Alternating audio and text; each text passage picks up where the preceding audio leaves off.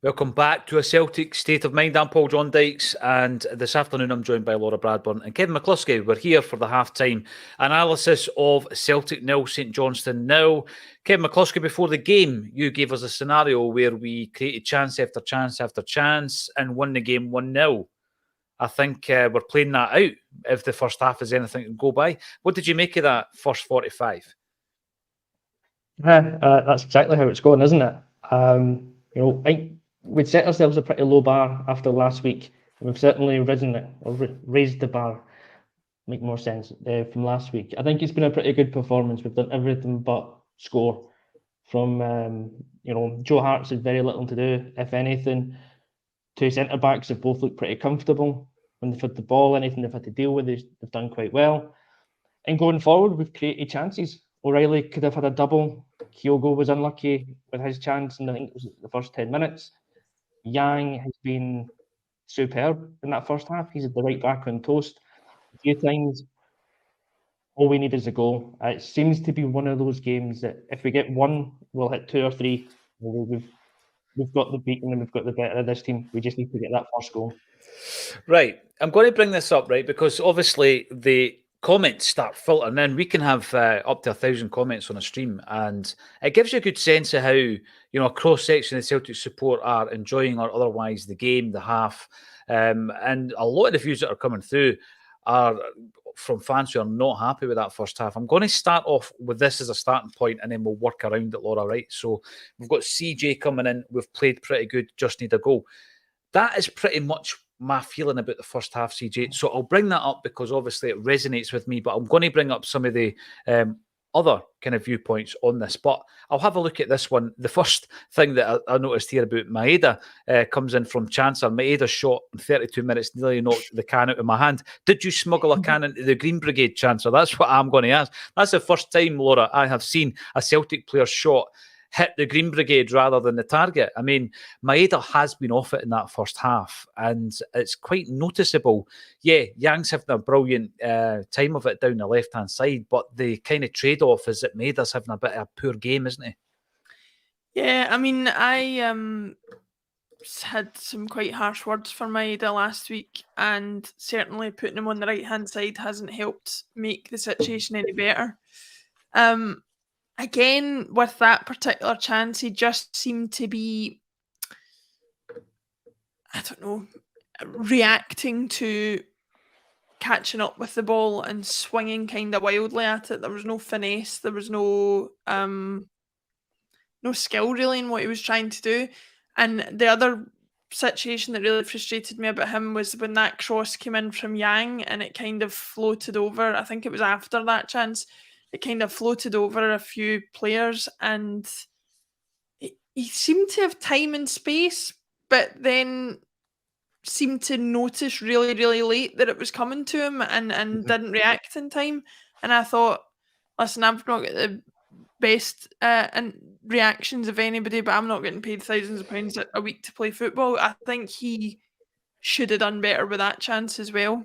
I think, like, my overall thoughts of the first half is, having said what I said before the match to Kevin's scenario, I am pleased with what I'm seeing. I'm seeing creativity, I'm seeing chances, I'm seeing positive forward play. I'm seeing us pressing the opposition so that they can't get out their own half and being unable to keep possession of the ball. I'm really happy with that. Yang is an absolute revelation. I'm really encouraged by the relationship him and Turnbull seem to be building up. And although I don't like keep going on about Turnbull, I think those two are the ones that are proving to show the most potential for creativity in the team in the first half. The criticism I would have of Turnbull is that he specifically has been quite wasteful with some of the chances that he has been trying to create. He's shot ballooned over the bar, and he does seem a little bit not totally on the front foot.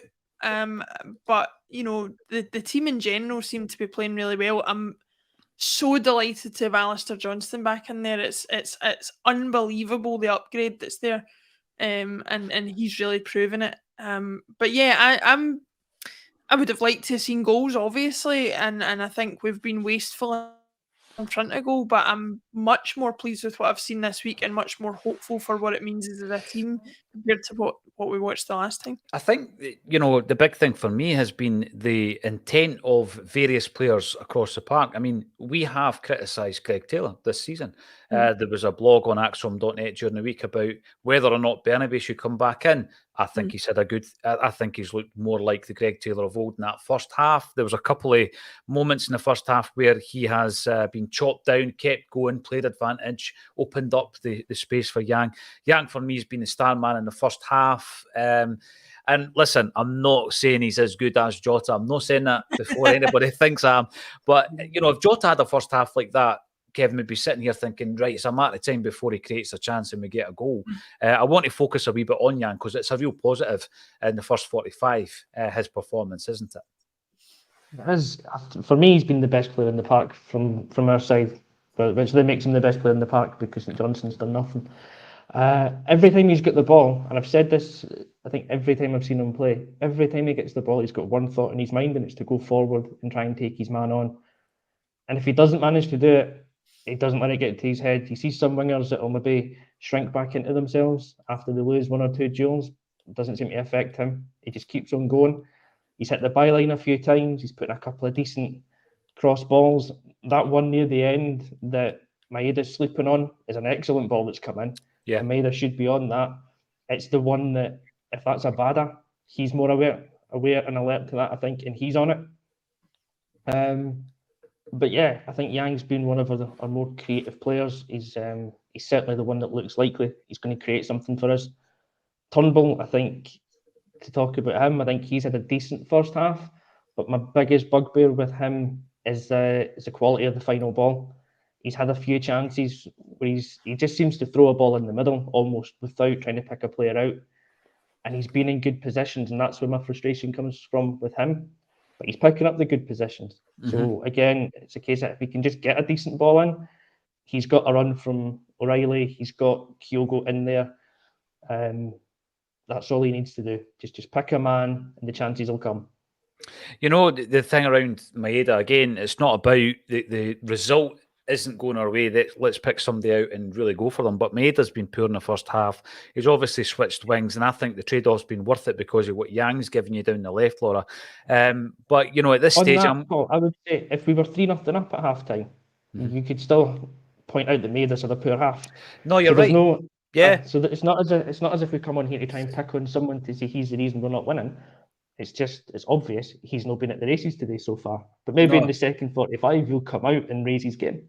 Yeah, I think, is there, Kevin, is there an insistence on the wingers to come inside a wee bit more? And when he gets on that left foot of his, it might end up hitting Chancellor's Tinny Lager in the Green Brigade section of the park, unfortunately.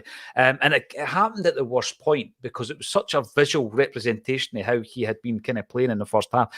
But, I mean, we're at a stage, Laura, where it's just like, listen, let's focus on the positives. And the fact that Maeda's not played very well, we've got Lila Bada sitting on the bench there. Other than last week, I think he started the season off pretty well. Let's have a Bada blazing down the right, Yang blazing down the left. I mean, did we just make the change at half time? Yeah, I was literally just about to say that. I think you can overcomplicate things. You can overcomplicate and overthink your decisions sometimes. And in a game like this, you've just got to go, we're absolutely flying. There's only one player who seems off it, and there's a ready-made replacement on the bench. I would take Maeda off and get a Bada on and see what he can do. Because one thing's for certain, the way Yang's playing, he's not going to go anywhere in the second half. And every other player on the pitch, I would say, is contributing enough to warrant going out and getting at least 15, 20 minutes in the second half to see if we can break things down.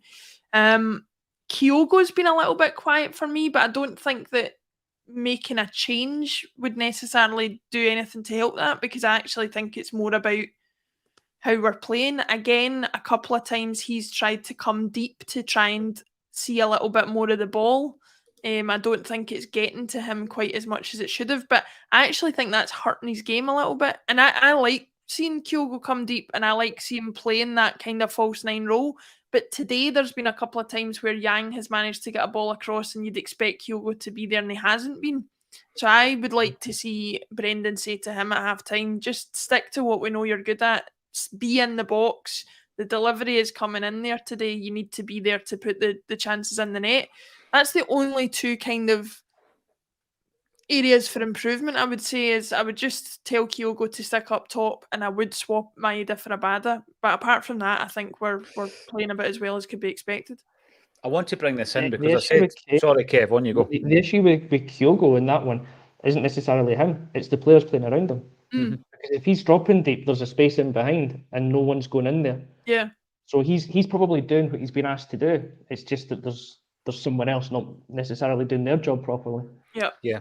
I mean, I said at the top there in relation to the differential between what we're kind of looking at here and discussing and others who are saying that was absolutely rotten in the first half. And I'm bringing it up. The DJ choice picks up on it. But yeah, we did mention at the very top of the show, in terms of a performance, I don't see it being particularly bad. You're playing against, seriously, for 99% of that first half, you're up against 11 men behind the ball. I mean, and for most of the first half, Joe Hart's been the only Celtic player in his own half, and you're trying to break it down. I think Yang has been a bright spark. O'Reilly has shown loads of intent.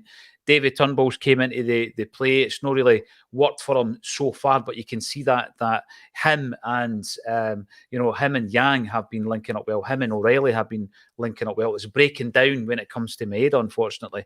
You've seen a better performance from the likes of Greg Taylor at left back. I think Alistair Johnston's looked very, very good as well. We've had, 2 or 3 really clean-cut chances that, when you look at the performance of the St Johnstone goalkeeper, he's made 2 or 3 saves. You think to yourself, if you're sitting here and even 2-0 up, Kevin, it's comfortable. The only issue, obviously, is the fact we've not got that breakthrough.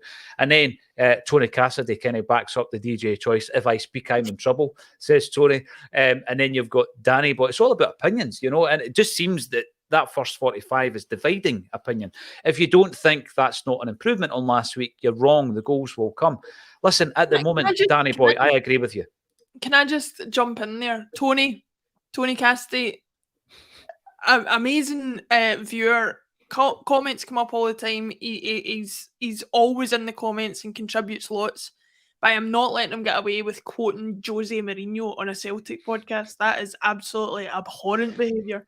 Is that due to just Seville? Because listen, Mourinho always speaks highly of Celtic, right? I always say that. But yeah, I want to. You don't care. That's it. I remember actually being with Kevin Graham not that long ago, and we had the opportunity to interview Porto's goalkeeper, and Kevin told me that he would never speak to him again if he did it.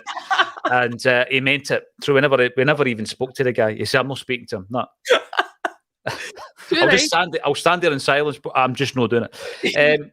With regards to the centre-half partnership, Kev, that was obviously a massive talking point coming into this game.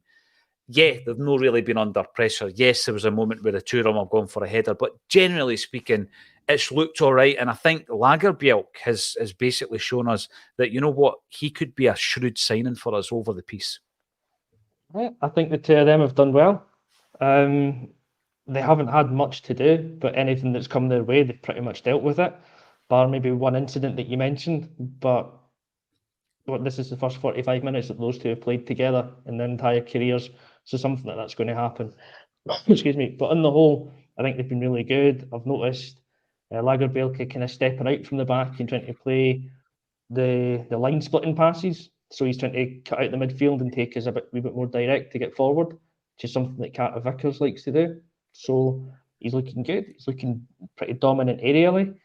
And Scales hasn't really put a foot wrong either. I've noticed a few of the comments coming in, having a wee go at him and maybe some of his distribution, but I've always got to wonder, when you see a player that will take the ball up over halfway and then stop, is that an instruction from the when manager? It's so you can see it so determinedly, yeah.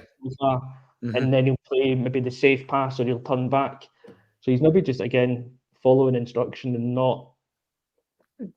just not got the confidence of having not played very often to go and do something that's, not a set instruction from the coach. But otherwise, I think he's been pretty decent. The two of them have looked pretty solid, so no concerns there with him. Yeah, my big concern that first half has been, it's all down the left-hand side and it's breaking down when Maeda's going down the right. If I'm trying to be as balanced as possible, I'm probably saying, well, it's not really his preferred position, is it?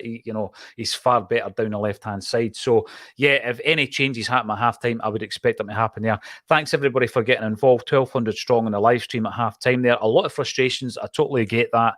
But I am confident that we're going to get the breakthrough. And once we do, I can see us scoring 2 or 3 goals in the second half. I've got to thank everybody for getting involved. It's always an absolute pleasure watching Celtic, even when we're not playing well, just to obviously get involved in the chat with you guys and also speaking to the contributors who have come on today. So the last thing for me to say is thank you to Kevin McCluskey and Laura Bradburn for joining me on a Celtic